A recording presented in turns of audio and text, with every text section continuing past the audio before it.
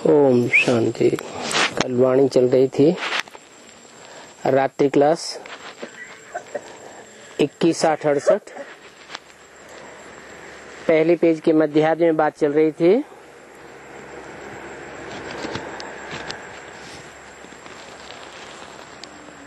तुम बच्चों को नॉलेज तो मिली है रचयिता और रचना के आदि मध्य अंत की,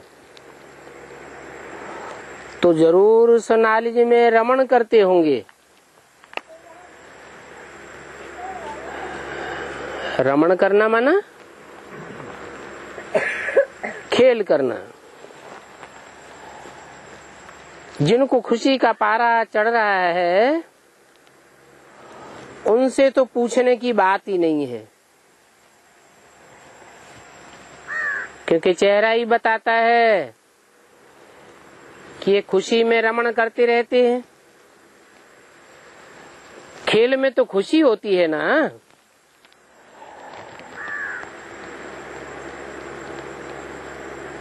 बाकी जिनको माया वार करती है, हराती है,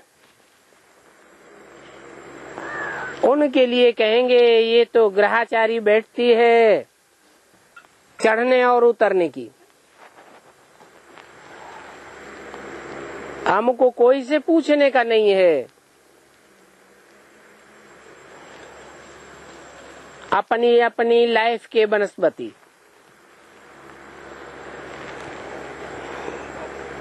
कहेंगे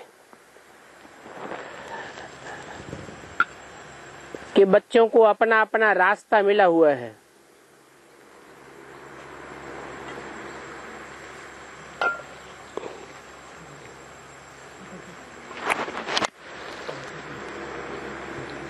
कोई लिखते हैं बाबा मदद करो,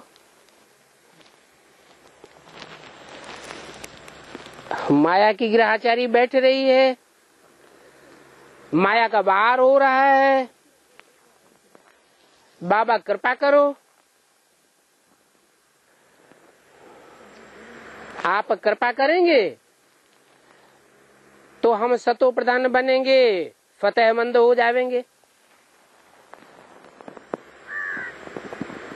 हम माया के ऊपर फतेह पालेंगे, विजय पालेंगे।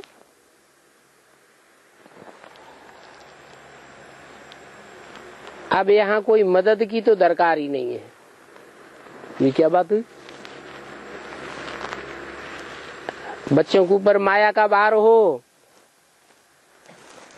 बच्चे मदद मांगे बाप से और बाप कहे मदद की दरकार ही नहीं। ऐसे क्यों कहा? इसलिए कहा कि 63 जन्मों की रील ब्राह्मण जीवन में घूम रही है। उस रील में जब अच्छे कर्मों का उदय होता है तो अवस्था अच्छी बन जाती है, और जब बुरे कर्मों का उदय होता है तो लगता है कि माया का वार हो गया। अब इसमें बाप क्या करेंगे? हाँ, बच्चों को और ही तीव्र पुरुषार्थ कर देना चाहिए। जब जब माया का वार होता है तो हिम्मत नहीं हारनी चाहिए। हिम्मते बच्चे तो मदद है बाप। बाकी कोई मदद मांगने की बात नहीं है। पढ़ाई में कोई मदद करते हैं क्या? टीचर स्टूडेंट की पढ़ाई में मदद करेगा क्या? टीचर अगर मदद कर दे तो सभी स्टूडेंट आगे बढ़ जाएं,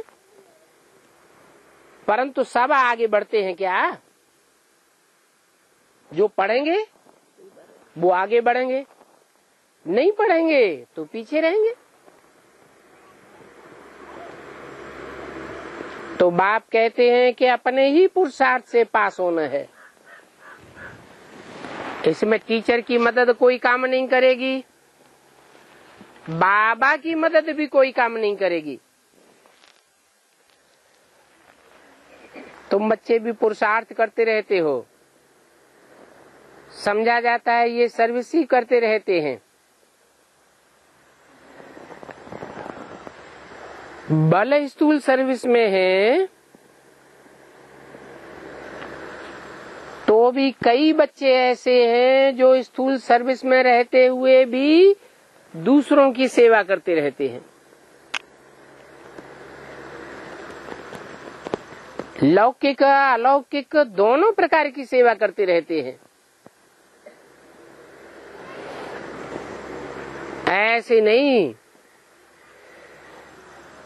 कि लौकिक सेवा से छुट्टी लेवे तब ही सर्विस हो सकती है। जैसे यहाँ पहरे वाला है,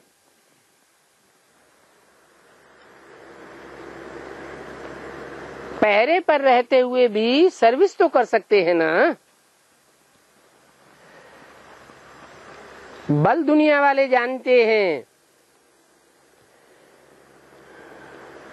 कि ये तो पहरे वाला है,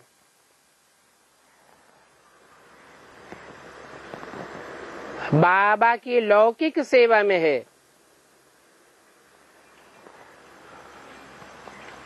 परंतु अंदर से सर्विस तो कर सकता है ना। मनसा मनन चिंतन मंथन तो कर सकता है ना।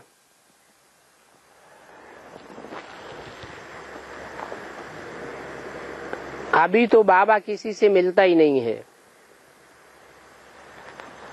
बाबा की पहचान वाले आते तो बहुत हैं। ये वंडरफुल पुरुषोत्तम संगम युग है। यहाँ बहुत ही वंडरफुल बातें होती रहती हैं और आगे चल करके ड्रामा में और ही वंडरफुल बातें होती रहेंगी।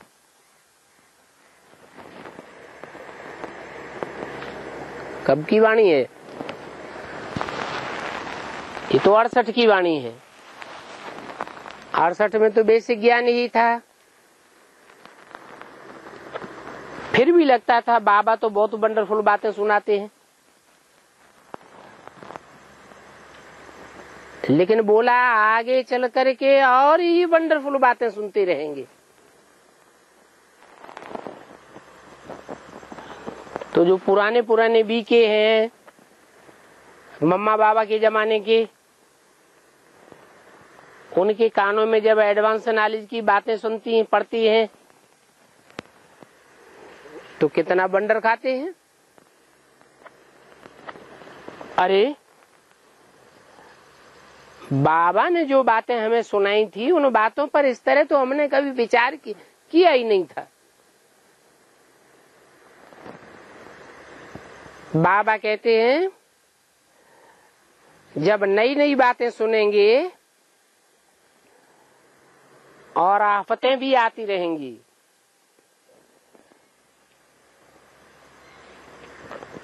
नहीं मानेंगे, मौत सामने जब खड़ी दिखाई देगी तब तो जरूर तेजी से पुरुषार्थ करेंगे। बहुत से हैं जो बेसिक में अभी नहीं मानते हैं, वंडर तो खाते हैं लेकिन मानते नहीं हैं। तो उनको भी उन बातों के आधार पर पुरुषार्थ करना पड़ेगा। बल समझते हैं अजून देरी है, फिर भी पैगाम पहचानने की कोशिश तो चलती रहती है।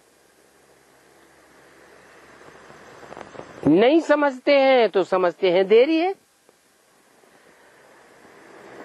कल्प कल्प सभी को बाप का परिचय देना पड़ता है। परिचय देते भी हैं, फिर भी कुछ समझते नहीं हैं।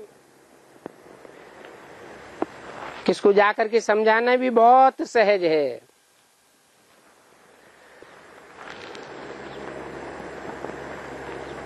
कल पहले जिनके दिमाग में बैठा है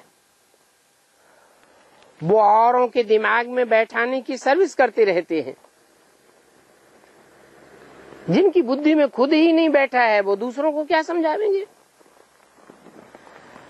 बाप भी पूछते हैं दिल्ली में प्रदर्शनी हो रही है चांदनी चौक की तरफ।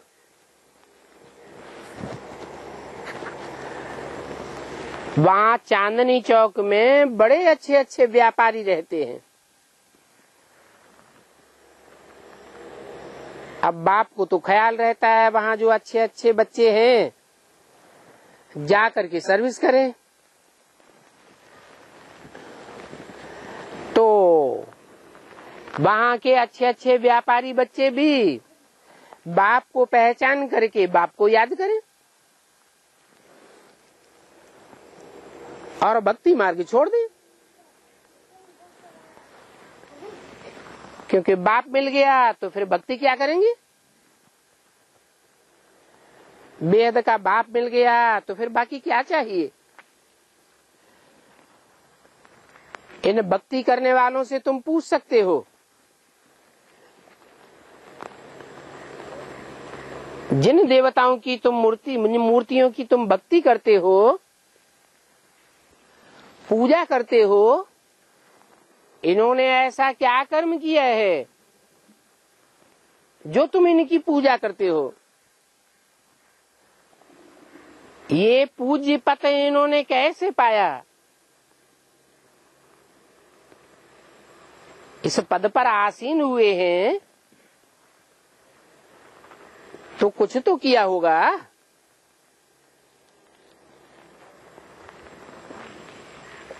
वो तो हक्के बक्के रह जाएंगे। कौन? भक्त लोग। फिर तुम उनको समझा सकते हो कि भगवान आते हैं, कर्म अकर्म विकर्म की गति समझाते हैं। जरूर इन्होंने भगवान की मत पर ऐसे कर्म किए हैं जिन कर्मों के आधार पर इन्होंने ये पूज्य पद पाया है। भगवान तो आते ही हैं नर को नारायण बनाने, नारी को लक्ष्मी बनाने। आप भी ये गीता ज्ञान सुनो। भगवान बाप आया हुआ है,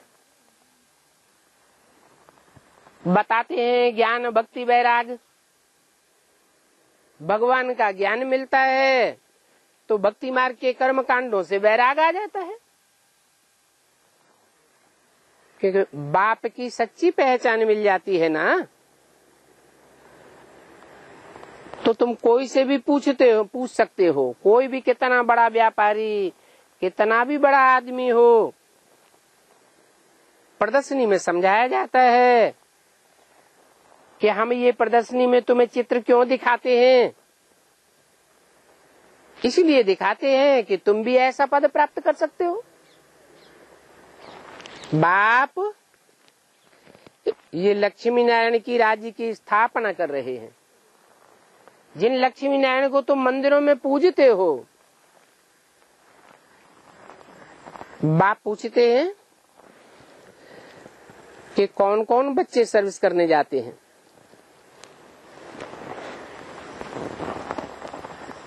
बाप को समाचार दो अपनी सर्विस का। समाचार देते रहेंगे तो सर्विस में ठंडाई नहीं आवेगी। ठंडाई आनी नहीं चाहिए। हर एक बात का वजन करना होता है। बाबा पूछते हैं तुम बच्चे क्या कर रहे हो, क्योंकि सेंटर्स में बैठे बैठे तो इतनी सर्विस होती नहीं है। तो बाबा कहते हैं म्यूजियम को सजाओ। सेंटर पर इतनी ज्यादा सर्विस नहीं होती है, तो म्यूजियम की सजावट देख करके अपने आप ही आवेंगे। तो पहले पहले तो बच्चों को सर्विस को देखना चाहिए, सर्विस के ऊपर अटेंशन जाना चाहिए कि हम बड़े बड़े आदमियों को कैसे जगावें। क्योंकि बड़े बड़े आदमी अगर जग जावेंगे तो उनके पीछे पीछे छोटे लोग तो अपने आप ही आ जावेंगे। परंतु इन बड़े आदमियों को जगाने में कितनी मेहनत लगती है। बाप तो पूछेंगे समाचार दो, कौन कौन सर्विस में बिजी रहते हैं। अगर एक भी बड़े आदमी को समझ में आ गया तो वो फिर औरों को भी समझावेंगे। तो ब्रह्मा कुमार कुमारियों ने क्या समझ लिया? कौन से बड़े आदमी हैं? दुनिया भी बड़े आदमी चांदनी चौक में जो बड़ी बड़ी दुकानें बड़े बना करके बैठे हुए हैं, वो अगर समझ जावेंगे तो उनके समझने से ढेर पब्लिक आ जाएगी, सारे दिल्ली वासियों को समाचार मिल जाएगा कि भगवान आया हुआ है। अब वास्तव में बाप तो बेहद की बातें करते हैं।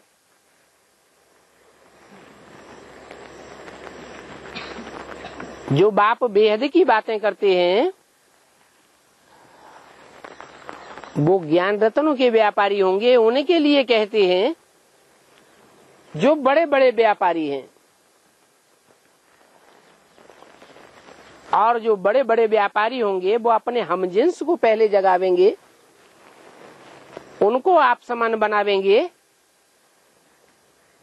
तो ज्ञानी तू आत्माएं जो निकलेंगी वो बाप की पहचान सारी दुनिया को देंगी। या जो स्थूल धन के व्यापारी हैं वो सारी दुनिया को बाप का परिचय देंगे। कौन देंगे बाप का परिचय? जो माला के मण के बनेंगे, बाप के ज्ञान को गहराई से पकड़ेंगे, जिनका जीवन ही ज्ञान रत्नों से खेलने का है, जो धंधा ही ज्ञान रत्नों का करते हैं, ऐसे ज्ञान रत्नों के बड़े बड़े व्यापारी सारे संसार में बाप का परिचय फैलावेंगे। इसलिए उन आत्माओं की यादगार माला बनाई गई है, और वो माला हर धर्म में स्मरण की जाती है। ऐसी आत्माओं को संगठित करने का काम कोई हद के व्यापारियों की बात नहीं है।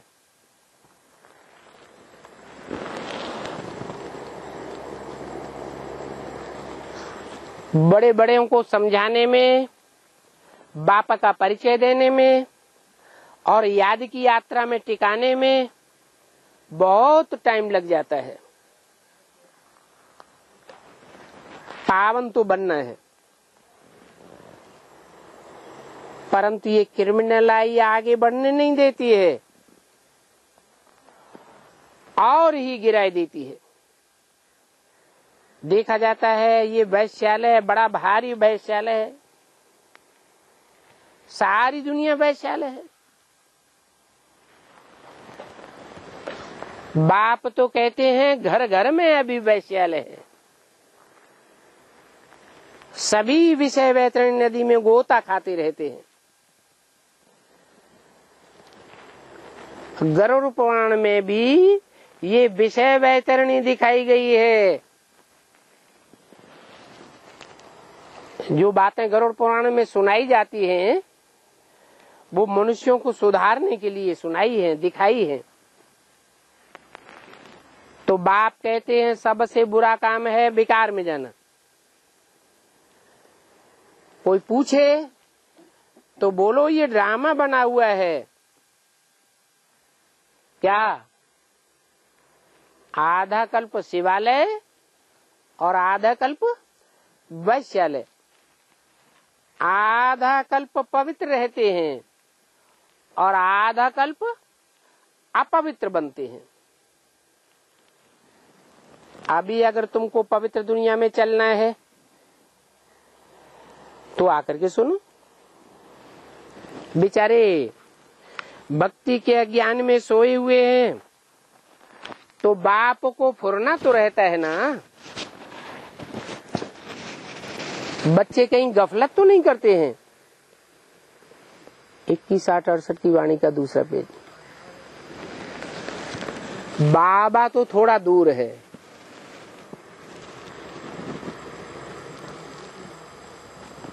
किससे?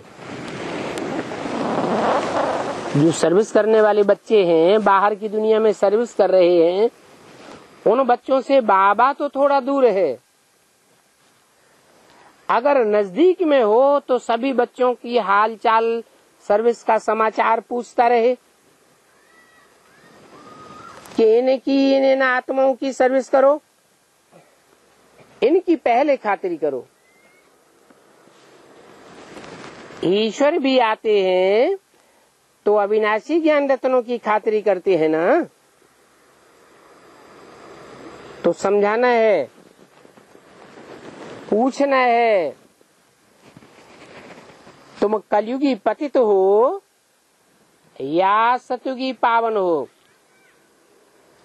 सतयुग में तो सब पावन होते हैं, वहां होता ही है सत्य का युग, और कलयुग में तो झूठ खंड है, वहां तो झूठ का ही बोलबाला होता है। वहां सच्चाई कहां से आवेगी? परंतु कोई समझते नहीं है। तुम ऐसे सीधे सीधे प्रश्न करते हो तो भी जैसे कि बंदर बुद्धि है, पूछते भी नहीं है, जैसे कि तवाई। बाबा को तो वंडर लगता है। तुम बच्चों की बुद्धि में तो अभी बैठ गया है ये कलयुग का अंत है और अभी सतयुग आना जरूर है। तो जिनको बाप मिला, शिव बाबा के बच्चे बने, उन बच्चों से हम खुश खैरियत क्या पूछें? है जो शिव बाबा के बच्चे बन चुके हैं वो खुश ही होंगे या नाखुश भी होंगे? है नाखुश होंगे। अगर बाप मिला तो खुशी का खजाना मिल गया, और जिनको खुशी का खजाना मिल गया उनसे पूछना तो बेकार है। तुमको तो विश्व की बादशाही मिल जाती है तो जरूर तुम खुशी में ही रहेंगे, नाराज थोड़े ही होंगे।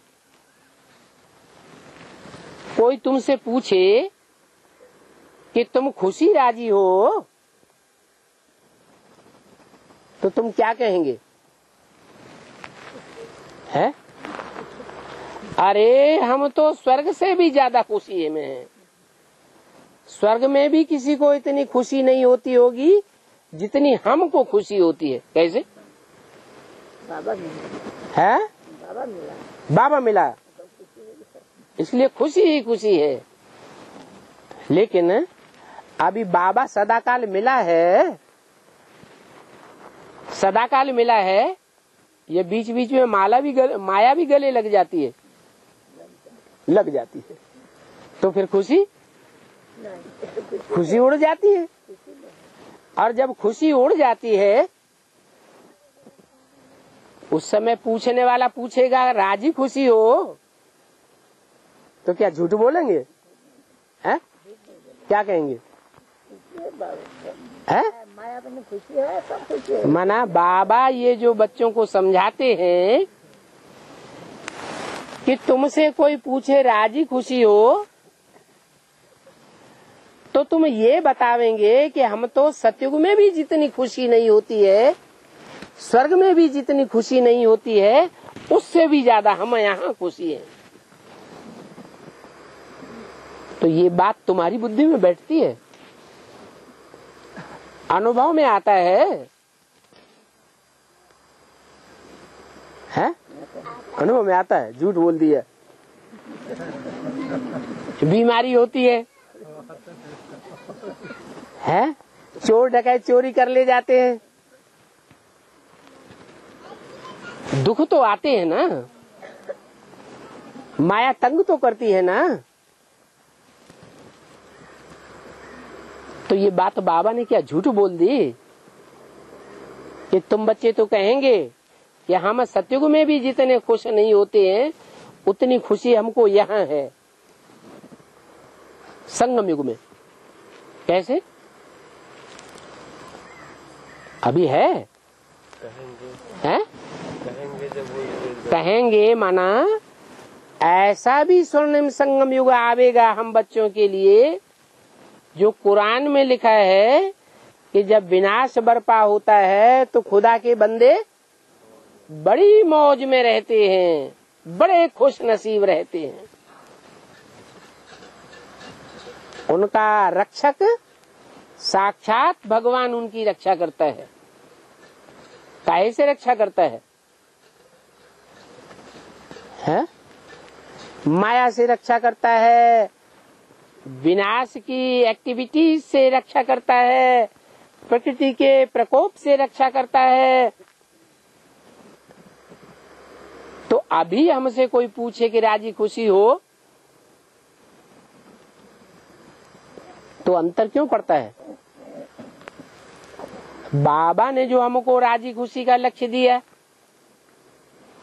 कि संगम युग है मौजों का युग, तो क्या सदैव मौज में रहते हैं?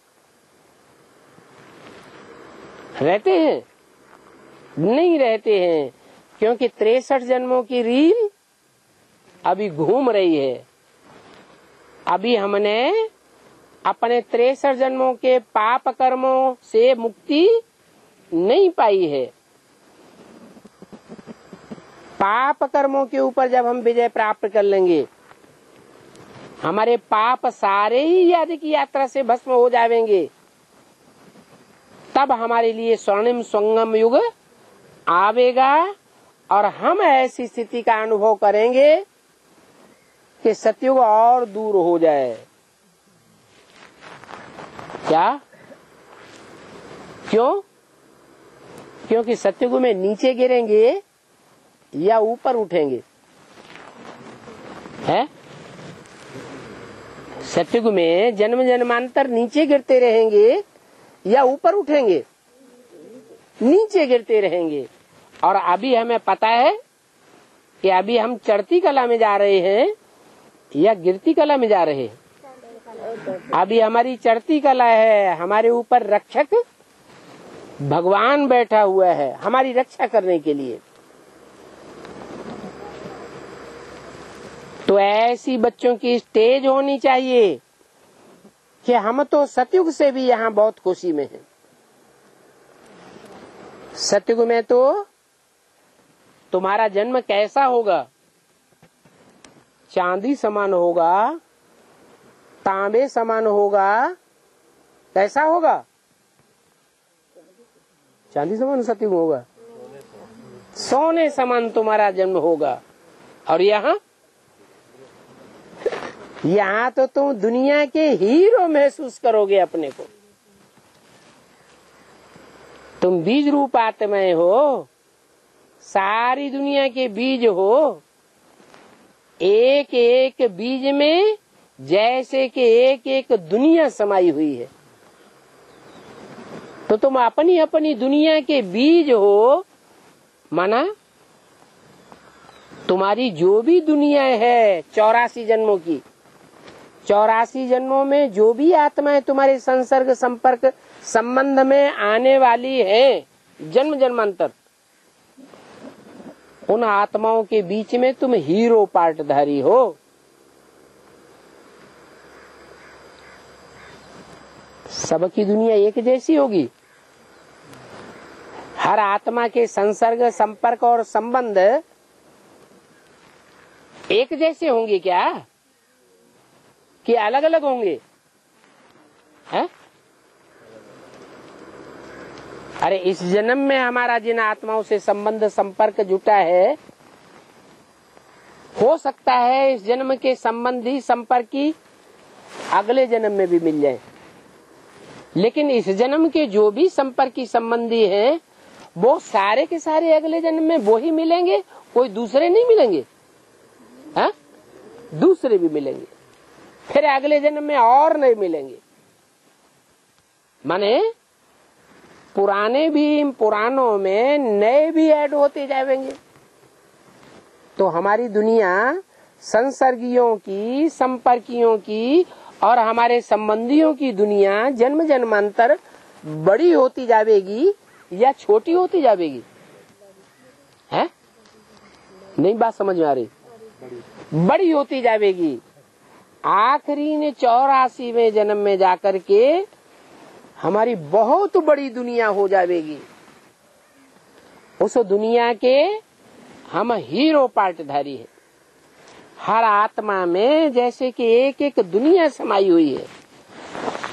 लोग कहते हैं ऊपर जो आसमान में सितारे हैं उन सितारों में एक एक दुनिया है, लेकिन वो तो जड़ सितारे हैं, उनमें कोई दुनिया समाई हुई नहीं है। वो सितारे तो सूरज से कोई बहुत दूर है और कोई सूरज के बहुत नजदीक है। वहां तो जिंदगी ही नहीं है, जीवन ही नहीं है।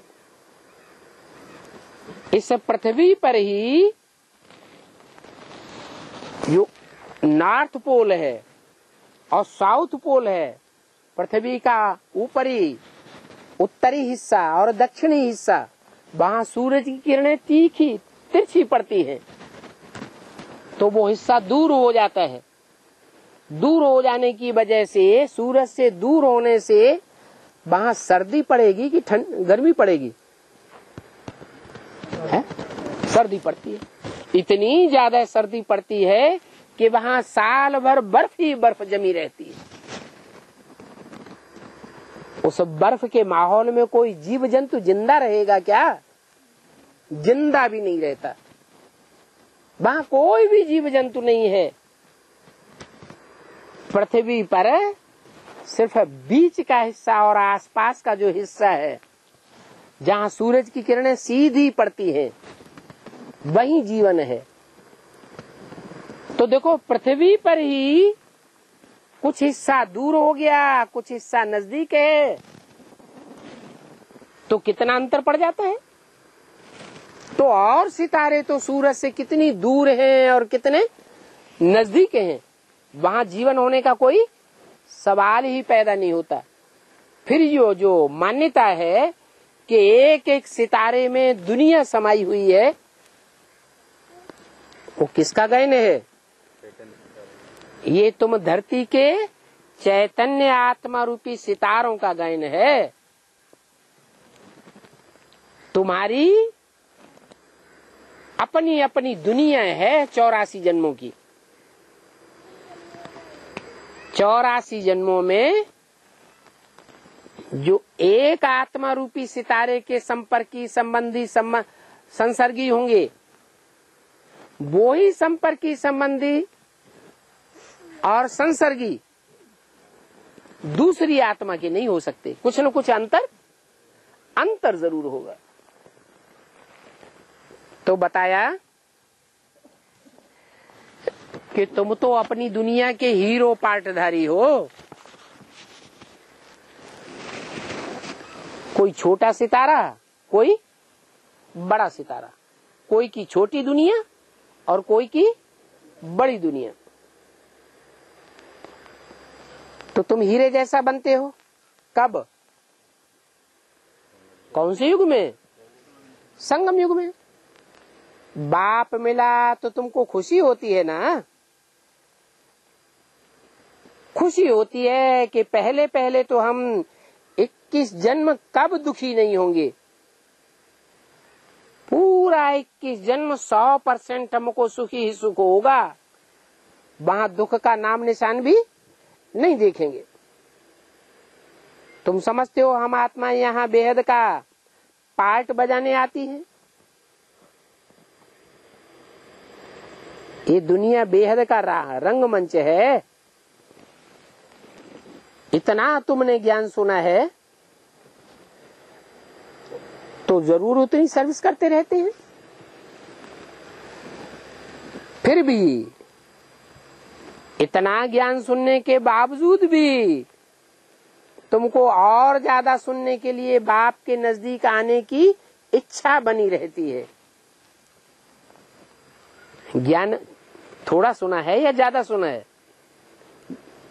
बेसिक के मुकाबले। अच्छा, दुनिया के मुकाबले जो नई नई बातें तुमने बेसिक में बहुत सुनी और बेसिक के मुकाबले अभी एडवांस में बहुत ज्ञान सुना, फिर भी इतना सुनने के बावजूद भी अभी भी बाप से और जास्ती सुनने की इच्छा होती है या इच्छा नहीं होती है? हैं? और जास्ती इच्छा होती है। क्यों?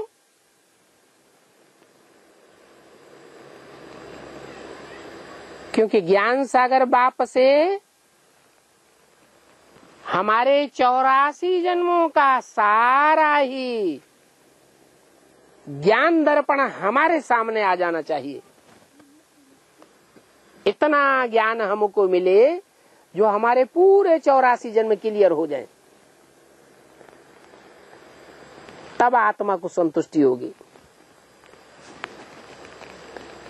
तो कोई भी नए आते हैं तो पहले पहले उनको बाप की बात समझानी है कि बाप से हमको क्या मिलता है। वो हमारा बाप भी है, टीचर भी है। लौकिक दुनिया के टीचर होते हैं, उनकी तो लिमिटेड ज्ञान की पढ़ाई होती है, और हमारा बाप तो 84 जन्मों की सारी कथा कहानी हमको बताता है। और कोई टीचर तो इतना सुना ही नहीं सकता।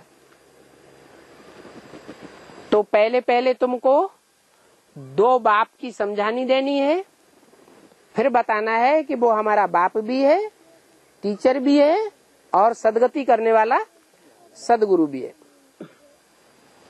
एक होता है हद का बाप और दूसरा होता है बेहद का बाप। हद का बाप माने 2, 4, 8, 10, 15 बच्चों का बाप होगा, तो हद का हुआ या बेहद का हुआ? हद का। अच्छा समझो क्राइस्ट है, क्राइस्ट के जो बच्चे हैं आज दुनिया में कितने होंगे?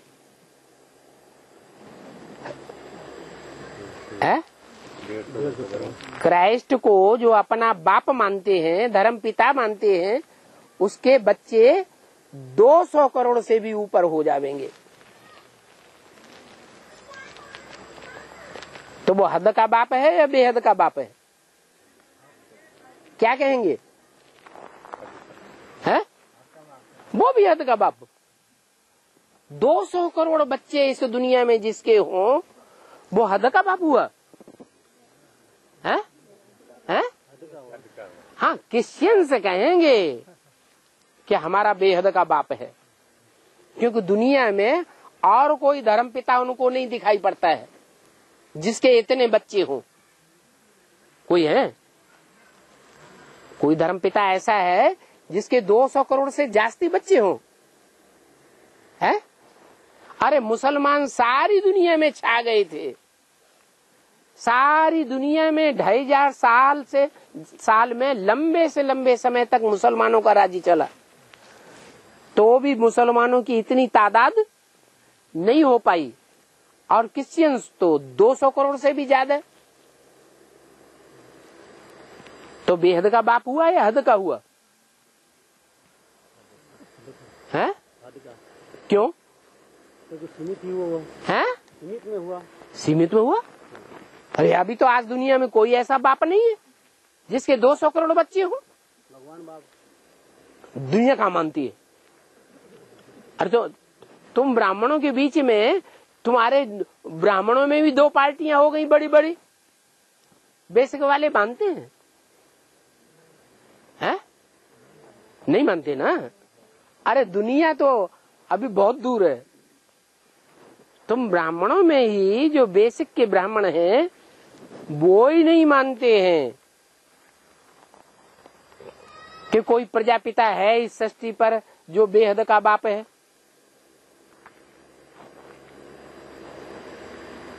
तो कैसे ये समस्या हल होगी कि एक है बेहद का बाप और बाकी सारी दुनिया में जितने मनुष्य मात्र हैं वो सब हद के बाप हैं? कैसे हल करेंगे? अच्छा, दुनिया में जो भी बड़े बड़े धर्म पिताएं हैं वो आदम को एडम को मानते हैं या नहीं मानते हैं? ये तो बताते हैं कि कोई आदम था, कोई एडम था, तो वो उनसे पहले था या उनके बाद में हुआ? उनसे पहले था। तो जो उनसे पहले था वो तो सारी मनुष्य सृष्टि का बाप हो गया, और जो आदि में था तो सृष्टि के अंत में भी जरूर प्रत्यक्ष होगा ही होगा। आदि सो अंत, हिस्ट्री मस्ट रिपीट। हिस्ट्री में अगर ऐसा कोई व्यक्तित्व हुआ है जिसको सब धर्म पिताएं अपने से पहले मानते हैं तो सृष्टि के अंत में वो जरूर प्रत्यक्ष होगा, और उस बाप की ही नाले सारे संसार में फैलेगी। सारी दुनिया का, हर धर्म का, हर मनुष्य मात्र उस बाप को मानने के लिए, गॉड फादर मानने के लिए मजबूर हो जाएगा। इसलिए बताया कि वो है बेहद का बाप। क्राइस्ट, इब्राहिम, बुद्ध, क्राइस्ट जो हैं वो तो सब हद के बाप हैं, और वो परमपिता परमात्मा है बेहद आत्माओं का बाप, और प्रजापिता है बेहद मनुष्यों का बाप।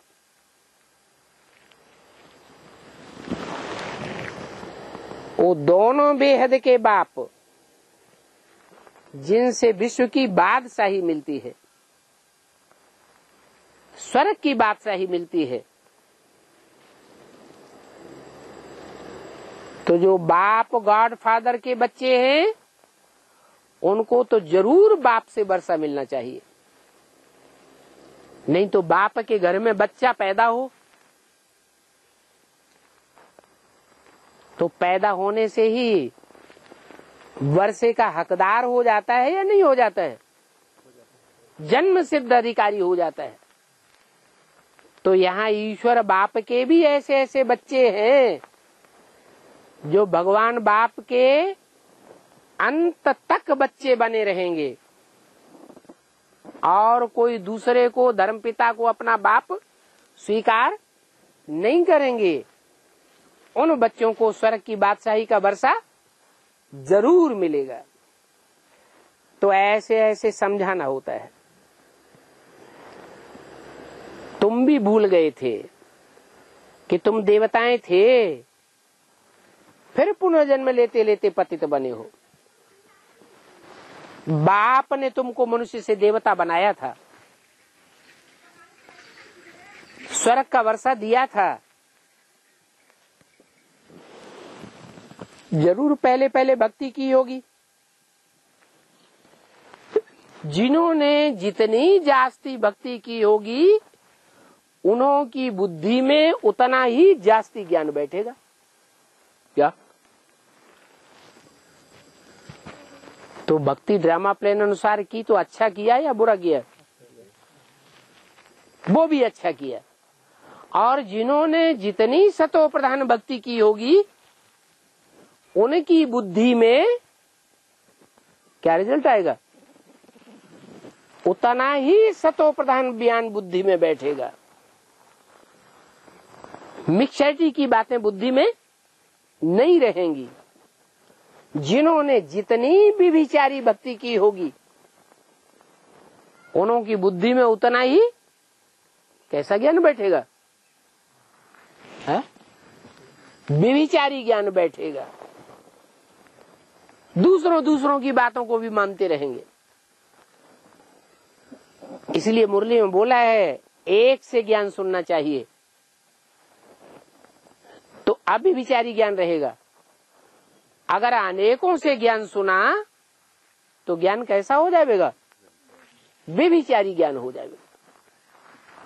और जिनका बेविचारी ज्ञान हो जाएगा वो कमजोर आत्माएं हो जाएंगी या पावरफुल आत्माएं रहेंगी? कमजोर आत्माएं हो जाएंगी। वो कमजोर आत्माएं दूसरे धर्मों में कन्वर्ट होती रहेंगी। इसलिए कहा जाता है स्वधर्मे निधनम श्रेय, अपने धर्म में मर जाना अच्छा, पर धर्मो भयावह, दूसरे का धर्म भय पैदा करने वाला है। दूसरे के धर्मों में जो कन्वर्ट होते हैं वहां जाकर के दास दासी बनना पड़ता है।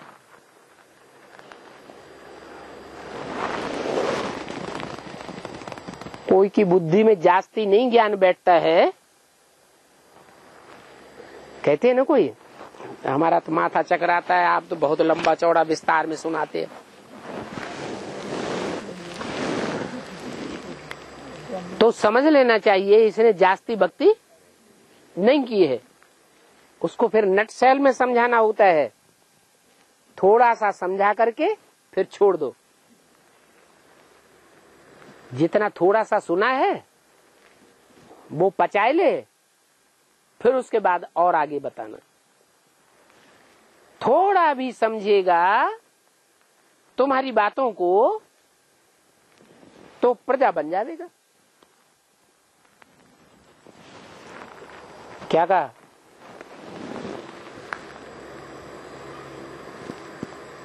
थोड़ा भी सुनेगा तो प्रजा बन जाएगा, और ज्यादा सुनेगा तो क्या बन जाएगा? प्रजा कैसे बन जाएगा? प्रजा पुरुषार्थ नहीं करती है पवित्र रहने का। क्या? और राजाएं, जो राजवर्ग की आत्माएं हैं, जो राजयोग सीखती हैं, तो राजयोग सीखने वाले पवित्र बनेंगे या प्रजा पवित्र बनेगी? जो राजयोग सीखने वाले बच्चे हैं, राजयोग बाप ही सिखाता है, कोई मनुष्य मात्र तो राजयोग सिखाता नहीं। तो राजयोग सीखने वाले जो हैं वो राजाई घराने में जन्म लेंगे। अभी समय दिन प्रतिदिन नाजुक होता जाता है। ऐसे क्यों कहा? क्यों नाजुक होता जाता है? किस बात में बोला कि नाजुक होता जाता है? लड़ाई झगड़े दुनिया में बढ़ रहे हैं या घट रहे हैं? हैं? बढ़ रहे हैं। तो लड़ाई झगड़े ज्यादा बढ़ते रहने से दुनिया में अशांति बढ़ेगी या घटेगी? बढ़ेगी। तो लगातार जब अशांति बढ़ती रहेगी, और खुदान खास्ता भारतवर्ष में खास करके जैसे अभी अकाल घोषित हो गया बहुत जिलों में, और सारे भारत में कहीं अकाल घोषित हो गया 4-8 साल में, तो मारामारी हो जाएगी। और मारामारी जब हो जाएगी तो चारों तरफ अशांति होगी। उस अशांति के वातावरण में कोई बैठ करके ज्ञान सुन सकेगा? है? हर लोगों को खाने के लिए रोटी नहीं मिलेगी, पीने के लिए पानी नहीं मिलेगा, पहनने के लिए कपड़े नहीं मिलेंगे। मारामारी लड़ाई झगड़े की वजह से, जैसे हिंदुस्तान पाकिस्तान की मारामारी हुई थी ना सन 47 में, तो मकान मिले थे रहने के लिए? हैं? कितने दर बदर हो गए। बरसात में, ओलों की बरसात में उनको सर छुपाने के लिए जगह भी कहीं नहीं मिली, पेड़ों के नीचे रात गुजारनी पड़ती थी। वो तो छोटा मोटा विनाश था। और अभी तो क्या होना है? अभी तो सारी दुनिया में महाविनाश बर्पा होना है। कितनी हालतें खराब हो जाएंगी। तो समय नाजुक होता जाता है, दिन प्रतिदिन समय नाजुक होता जाता है। बारूद के ढेर बनते रहते हैं। ये क्या होता है? जो एटम बम है वो बारूद के ढेर है ना। लड़ाइयां लगती रहेंगी। शहर के शहर, बड़े बड़े महानगर एटम बमों से विनाश होते रहेंगे। तुम टीवी में देखते रहेंगे, सुनते रहेंगे, आज इस शहर का विनाश हो गया, आज इस शहर का विनाश हो गया। सारी दुनिया में कितने देशों को हथियारों की सप्लाई होती रहती है, जहां तहां लड़ाई झगड़े की ही बातें होती रहती है। अब तुम बच्चे तो जानते हो कि ये दुनिया अनेक बार विनाश हुई है, है? एक बार विनाश हुई है कि अनेक बार? अनेक बार विनाश हुई है। तो तुम्हारे लिए ये विनाश की बात नई है या रोजमर्रे की बात हो गई है?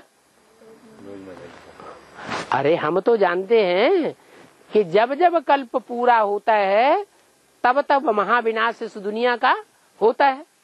दुनिया इस बात को नहीं जानती कि बार बार विनाश होता है। तुम बच्चे तो फरिश्ते बन जावेंगे। क्या फरिश्ते बन जावेंगे? कैसे? मम्मा बाबा की तरह शरीर छोड़ करके? नहीं, शरीर छोड़ करके फरिश्ते नहीं बन जावेंगे।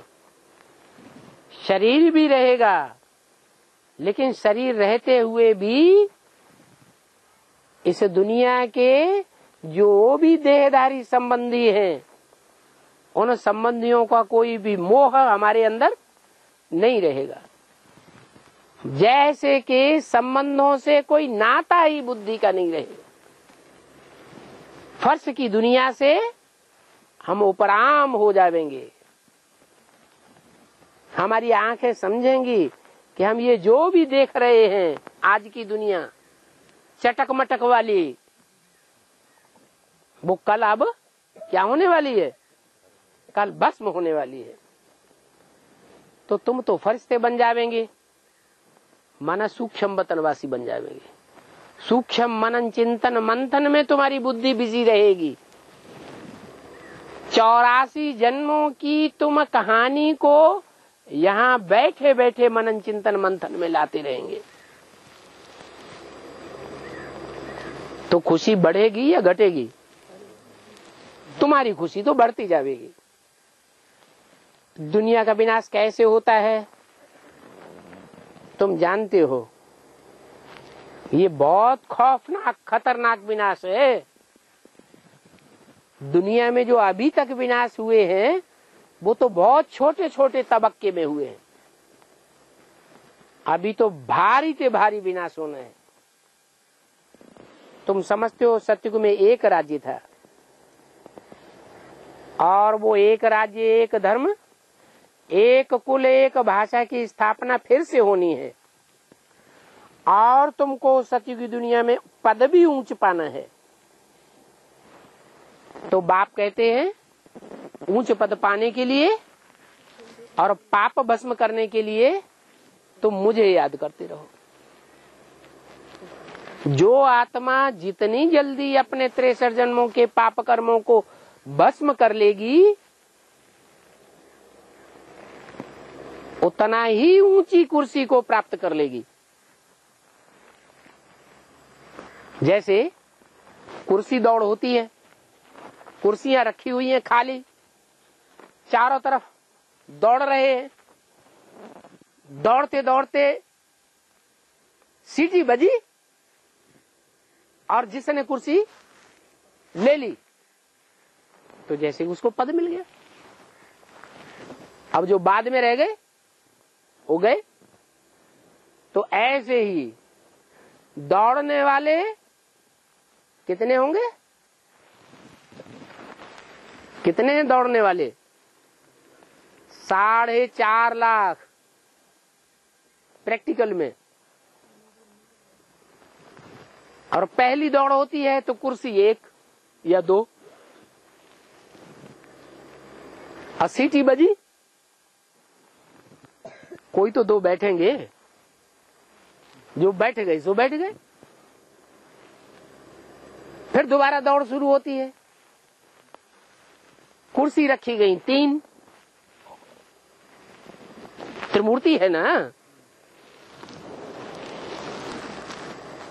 सीटी बजी और जिन्होंने पहले 3 कुर्सियों पर बैठ गए उनकी पौ बारह। फिर तीसरी बार दौड़ हुई, सीटी बजी, 8 कुर्सियां रखी हुई है। अब जो बैठ गए सो बैठ गए। अव्यक्तवाणी में तो बोल दिया ना कि ऐसे नहीं धोखे में रहना कि 1 कुर्सी की दौड़ हुई थी और 3 कुर्सियों की दौड़ हुई थी तो बहुत लंबा टाइम लग गया था सीटी बजने में। ये 8 कुर्सियों की दौड़ में लंबा टाइम नहीं लगेगा जितना लंबा टाइम पहले लग गया। अभी जल्दी से सीटी बजेगी तो बैठने वाले बैठते हैं, रह जाने वाले रह जाते हैं। 108 की वो भी कुर्सी दौड़ होनी है। जो बैठ गए, कर्म बंधन खलास कर लिए, याद की यात्रा में तीखी हो गए तो पद पा लिया। हर धर्म में, हर प्रकार की माला में उनकी यादगार चलती रहेगी। लोग उन माला के बणकों को, आत्माओं को सिमरण करते रहेंगे जन्म जन्मांतर। और अभी भी दुनिया की नजरों में बहुत ऊंचे बनने वाले हैं। नाटक होता है, एक्टर्स होते हैं रंगमंच पर,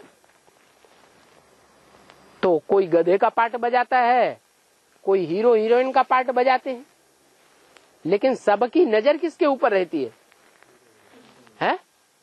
हीरो हीरोइन के ऊपर। तो ऐसे ही ये 9 लाख सितारे हैं। उन 9 लाख सितारों में 4.5 लाख सितारे तो तुम हो जो हीरो पार्टधारी बनते हो, जो संगम युग में अपने अस्तित्व को सूर्य, ज्ञान सूर्य के अस्तित्व में मर्ज कर देते हो। अपने मान मर्तबे की चिंता नहीं करते हो। तो तुम 4.5 लाख सितारों को बाप कितना प्रत्यक्ष करेगा? तुम बाप को प्रत्यक्ष करने के लिए अपने को गुप्त कर देते हो। बाप फिर क्या करते हैं? बाप खुद गुप्त हो जाते हैं और तुम बच्चों को दुनिया में प्रत्यक्ष कर देते हैं। तो 4.5 लाख ये ऐसे सितारे हैं जिन सितारों में दुनिया बसी हुई है, और जो दुनिया की आत्माएं उन सितारों में बसी हुई हैं, वो आत्माएं उन सितारों को अपना हीरो मानेंगी। 500 करोड़ की नजर कहाँ लगी हुई होगी? है कोई ऐसा स्थान होगा दुनिया में जहां 500 करोड़ मनुष्य आत्माओं की नजर लगी हुई होगी? वो साकार परम धाम जो बोला, परम धाम को तुम बच्चे इस सृष्टि पर उतार लेंगे। उस साकार परम धाम में वो 4.5 लाख सितारे तपस्या में बैठे हुए होंगे। और सारी दुनिया कितनी ऊंची नजरों से देखेगी। तो बोला कि तुम बच्चे तो समझते हो कि हमें तो ऊंच पद पाना ही पाना है। क्या दुनिया की नजरों में जो 4.5 लाख हैं वो भी ऊंचे माने जाएंगे? तुम तो जानते हो वो 4.5 लाख प्रजापद वाले हैं या राजपद वाले हैं? है? वो 4.5 लाख होंगे, वो प्रजा वर्ग वाली की आत्माएं होंगी या राजपद वाले की आत्माएं होंगी? हैं? वो सब राजा होंगे। 4.5 लाख हैं? 4.5 लाख जो साकार शरीरधारी होंगे, तपस्या करने वाले, उनमें 4.5 लाख प्रवेश होने वाली आत्माएं कितनी हुई? 9 लाख सितारे। ये 9 लाख सितारे सतयुग में जाके जब जन्म लेंगे तो उच्च पद पाने वाले होंगे या प्रजा वर्ग होगा? प्रजा वर्ग की होंगी। राज परिवार की आत्माएं तो बहुत थोड़ी होती हैं, उसमें भी राजा रानी तो मुख्य और बाकी सब होंगे राज्याधिकारी। अकेले राजा रानी थोड़ी सारा राज्य चलाते हैं, चलाते हैं क्या? राज्य अधिकारी भी साथ ही होते हैं। तो वहां कहा जाता है यथा राजा तथा प्रजा। क्यों कहा जाता है? ये पहले जन्म की बात है, संगम युग की, यह सतयुग त्रेता द्वापर कलयुग की बात है। यथा राजा तथा प्रजा कहाँ की बात है? संगम युग का ये गायन है कि यहाँ ऐसा राज्य स्थापन होगा जहाँ प्रजा भी हीरो पार्टधारी होगी। ओम शांति।